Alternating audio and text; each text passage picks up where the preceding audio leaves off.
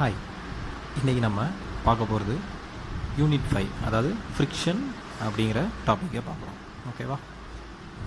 First what is friction அப்படின்னு பார்த்துடலாம். So ஃப்ரிக்ஷனோட definition என்ன சொல்கிறாங்கன்னா, it is the resistance to motion of one object moving relative to another object. அந்த வார்த்தையை underline பண்ணிக்கோங்க, relative to another object. So அப்படின்னா என்னென்னு பார்க்கலாமா? ஸோ ஃபஸ்ட்டு ஒரு எக்ஸாம்பிளுக்கு ஒரு டேபிளும் ஒரு புக்கும் எடுத்துக்கோங்க. ஓகேவா? ஒரு டேபிள் இருக்குது, அது மேலே நீங்கள் ஒரு புக்கை ப்ளேஸ் பண்ணி வச்சுருக்கீங்க. ஓகேவா? ஸோ இப்போ உங்கள் கையில் 2 ஆப்ஜெக்ட்ஸ் இருக்குது. என்னெல்லாம்? ஒரு டேபிள், ஒரு புக்கு. ஸோ இப்போ நீங்கள் என்ன பண்ண போகிறீங்க, ஒரு புக்கு இருக்கு இல்லையா, அந்த புக்கை ரைட் சைட்லேருந்து பிடிச்சி இழுத்தீங்கன்னா அந்த ஆப்ஜெக்ட் ரைட் சைடில் மூவ் ஆகுது இல்லையா? ஸோ அப்படி மூவ் ஆகும்போது, ஸோ இதை தான் என்ன சொல்கிறோம், the motion of one object, அதாவது motion of the book moving relative to another object. Another object இந்த இடத்துல என்னது, நமக்கு டேபிள். ஓகேவா? ஸோ அப்படி இருக்கும்போது, அந்த மூவ்மெண்ட் இருக்கும்போது there will be some resistance to motion. அந்த ரெசிஸ்டன்ஸ் மோஷன் எங்கே இருக்கும் அப்படின்னா, அந்த புக்கோட பாட்டம் சர்ஃபேஸ்லேயும் டேபிளோட டாப் சர்ஃபேஸ்லேயும் இருக்கும். ஸோ அந்த இடத்துல இருக்கக்கூடிய அந்த resistance, small amount of resistance தான் இருக்கும். ஸோ அதை தான் என்னென்னு சொல்கிறோம், நம்ம ஃப்ரிக்ஷன் சொல்கிறோம். ஓகேவா? ஸோ ஓகே, அப்போ ஃப்ரிக்ஷன்னா நமக்கு தெரிஞ்சிருச்சு, ரெசிஸ்டன்ஸ் டு மோஷன்னு தெரிஞ்சிருச்சு. ஸோ அதை எப்படி சார் கால்குலேட் பண்ணுறது அப்படின்னா, the formula to calculate the frictional force is mu into r. ஓகேவா? mu into r. ஃபஸ்ட்டு மியூனா என்னென்னு பார்க்கலாம். மியூனா கோஎஃபிஷியன்ட் ஆஃப் ஃப்ரிக்ஷன். ஓகேவா? ஸோ இந்த கோஎஃபிஷியன்ட் ஆஃப் ஃப்ரிக்ஷனுங்கிறது it depends upon the surface. ஒவ்வொரு சர்ஃபேஸுக்கும் ஒவ்வொரு கோஎஃபிஷியன்ட் ஆஃப் ஃப்ரிக்ஷன் இருக்கும். எப்படி சொல்கிறதுனா, இப்போ ஒரு ரஃப் சர்ஃபேஸ் இருக்குது அப்படின்னா, ரஃப்னா சுரசுரப்பாக இருக்கும் இல்லையா? ஸோ அந்த மாதிரி சர்ஃபேஸுக்கு தான் கோஎஃபிஷியன்ட் ஆஃப் ஃப்ரிக்ஷன் அதிகமாக இருக்கும். ஸோ ஸ்மூத் சர்ஃபேஸஸுக்கு கொஞ்சம் கம்பேரிட்டிவ்லி கம்மியாக இருக்கும். ஸோ இதுதான் கோஎஃபிஷியன்ட் ஆஃப் ஃப்ரிக்ஷன் சொல்லுவோம். நெக்ஸ்ட்டு ஆறுங்கிறது நமக்கு தெரிஞ்சது தான், reaction between the object and the surface. ஓகேவா? So next will see a problem. So இந்த ப்ராப்ளமில் அவங்க என்ன கொடுத்துருக்காங்கன்னா, a body of weight 100 newton. So அந்த இது எதை குறிக்குது, the self weight of an object 100 newton சொல்கிறாங்க. Is resting on a rough horizontal plane. ஒரு ஹரிசாண்டல் பிளேன் இருக்குது, அது மேலே அந்த ஆப்ஜெக்டை ப்ளேஸ் பண்ணி வச்சுருக்காங்க.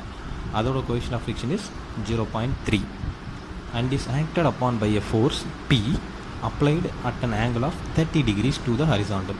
ஓகேவா? ஸோ இப்போ நம்ம என்ன பண்ணுறோம், அந்த ஆப்ஜெக்டில் ஒரு ஃபோர்ஸ் Pங்கிற ஃபோர்ஸ் கொடுத்து அப்ளை பண்ணுறோம். அதோட angle 30 degree with reference to horizontal angle கொடுத்துருக்காங்க. ஓகேவா? Next, what force is required to just cause the body to slide over the surface. அப்போ என்ன சொல்கிறாங்கன்னா, அந்த அமௌண்ட் ஆஃப் பீன்னு கொடுத்துருக்காங்க இல்லையா, அந்த பீயோட வேல்யூ என்ன இருக்கும், ஸோ தட் அந்த ஆப்ஜெக்ட் அந்த சர்ஃபேஸில் மூவ் ஆகணும், ஸ்லைட் ஆகணும் அப்படின்னு சொல்கிறாங்க. ஸோ இதுதான் கொஸ்டினில் கொடுத்துருக்காங்க. ஒன் செகண்ட் நான் சொல்கிறேன்.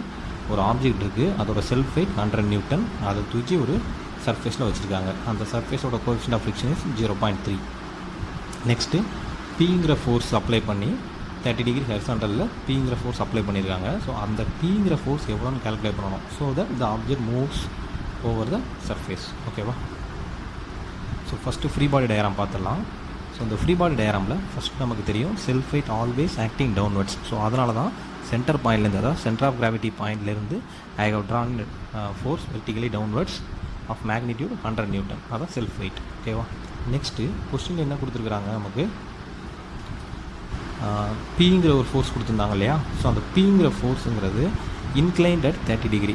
சரியா? ஸோ அதை நம்ம ரெண்டாக ரிசால்வ் பண்ணுவோம் இல்லையா? நம்ம எப்போவுமே சொன்ன மாதிரி ஹரிசாண்டலில் பி காஸ் தீட்டானும் வெர்டிகலாக பி சைன் தீட்டான்னு வச்சுக்கிறேன். ஏன் ஹரிசாண்டலில் காஸ் தீட்டான்னு வச்சுக்கிறேன், because the angle is given with reference to horizontal angle. ஓகேவா? நெக்ஸ்ட்டு ரெண்டாக ரிசால்வ் பண்ணியாச்சு. ஒரு vertically upwards P sine theta and towards right சைடில் ஹரிசாண்டலில் பி காஸ் தீட்டா. நெக்ஸ்ட்டு அந்த இப்போ நான் உங்களுக்கு சொன்னேன் இல்லையா, frictional force equal to mu ஆர்னு, அது எந்த டைரக்ஷனில் இருக்கும் அப்படின்னா, நம்ம ஆப்ஜெக்ட் மூவ் ஆகிறதுக்கு ஆப்போசிட் டைரக்ஷனில். ஸோ அதை தான் நம்ம ரெசிஸ்டன்ஸ்னு சொல்லுவோம். ஓகேவா? ஸோ ஆப்ஜெக்ட் இந்த கொஷினில் எந்த சைடில் மூவ் ஆகுது, டுவர்ட்ஸ் ரைட் சைட். அப்போ நமக்கு எங்கே இருக்கும், mu R towards left. So அதை தான் நான் இங்கே வரைஞ்சிருந்துருக்கேன், டுவர்ட்ஸ் லெஃப்ட் சைடில் மியூ ஆர்னு வரைஞ்சிருக்கேன். நெக்ஸ்ட்டு இந்த ஆருங்கிறது எதை இண்டிகேட் பண்ணோம், there is a reaction between the surface and the block. So அதை தான் நம்ம ரியாக்ஷன் எழுதியிருப்போம். அதோட ஆரோ மார்க் டுவர்ட்ஸ் சென்டர் நோக்கி போட்டுருங்க. ஓகேவா? ஸோ இதுதான் the free body diagram for the given question. ஓகேவா? So it consist of a self weight of 100 newton, ரெண்டு components, force component P cos theta and P sine theta. Next touch ஆகிருக்கிறதுனால ஒரு reaction and mu R, the friction force in the left side direction. Why?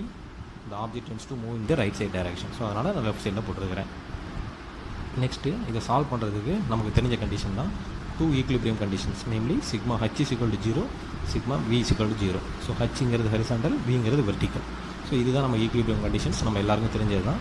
So first h = 0 எடுத்திங்கன்னா நம்ம free body டயக்ராமில் என்னெல்லாம் horizontal forces இருக்குது, right சைடில் இருக்கிறதுனால positive p cos θ and left சைடில் இருக்கிறதுனால μr மைனஸ் μr. ஸோ அது ரெண்டு தான் இருக்குது. So p cos 30 minus μr = 0. So cos 30யோட வேல்யூ அப்ளை பண்ணியிருக்கிறேன் அண்ட் வரக்கூடியதை ஈக்குவேஷன் 1 வச்சுக்கோங்க. Next will go to the second condition, sigma v = 0. So vertical force என்னெல்லாம் இருக்குதுன்னு பார்த்தீங்கன்னா p sin θ towards up side, அப்போ ப்ளஸ்ன்னு வச்சுக்கிறேன்.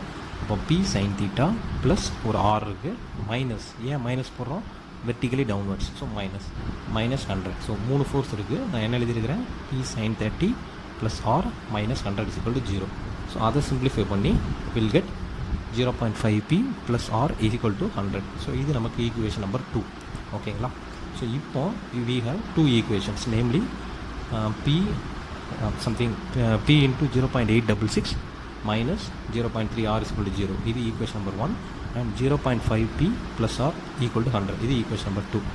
ஸோ ரெண்டு ஈக்குவேஷன் இருக்குது, ரெண்டு அன்னோன் இருக்குது, namely p and r. So we can easily solve these equations using calculator. சரியா? calculate பண்ணும்போது we'll get the answer of p = 29.52 Newton and r = 85.24 Newton. So இதுதான் எனக்கு ஆன்சர் கிடச்சிருக்குது. ஸோ நீங்களும் செக் பண்ணி பாருங்கள். ஸோ நமக்கு கேட்டிருந்தது என்ன கேட்டிருந்தாங்க, what force is required to cause the object to slide over the surface. So அது என்னதுன்னா p. ஸோ 29.52 நியூட்டன்னு உள்ள ஃபோர்ஸை நம்ம கொடுத்தா மட்டுமே அந்த ஆப்ஜெக்ட் வந்து ரைட் சைடில் மூவ் ஆகும். இல்லாத பட்சத்தில் அந்த ஆப்ஜெக்ட் மூவ் ஆகாது. ஃபார் எக்ஸாம்பிள் நீங்கள் 20 நியூட்டன் கொடுத்து இழுத்தீங்கன்னா அந்த ஆப்ஜெக்ட் மூவ் ஆகாது. மினிமம் ஃபோர்ஸ் எவ்வளோ கொடுக்கணும், 29.52. ஸோ அதை தான் இந்த ஈக்குவேஷன் நம்ம கால்குலேட் பண்ணியிருப்போம். ஓகேவா? ஸோ இதுலேருந்து ஃப்ரிக்ஷனோட பேசிக்ஸ் உங்களுக்கு தெரிஞ்சிருக்கும். ஸோ இந்த இப்போ நான் சொல்லிக் கொடுத்த இன்ஸ்ட்ரக்ஷன்ஸை வச்சு நான் இன்னொரு சம் சொல்கிறேன், அதை நீங்கள் சால்வ் பண்ணி பாருங்கள். ஸோ இதில் நம்ம என்ன பண்ண போகிறோம்னா, an object is placed over a surface. So அந்த சர்ஃபேஸ் என்ன பண்ணியிருக்காங்க, inclined at 30 degree. ஓகேங்களா? It is move to the right side by an force p.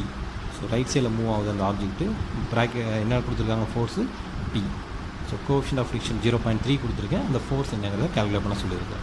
So உங்களோட ரெஃபரன்ஸுக்காக நான் free body diagram for given object வரைஞ்சிருக்கிறேன். ஸோ அதை பார்த்துக்கோங்க. ஓகேங்களா? ஸோ இதுதான் free body diagram for the given object.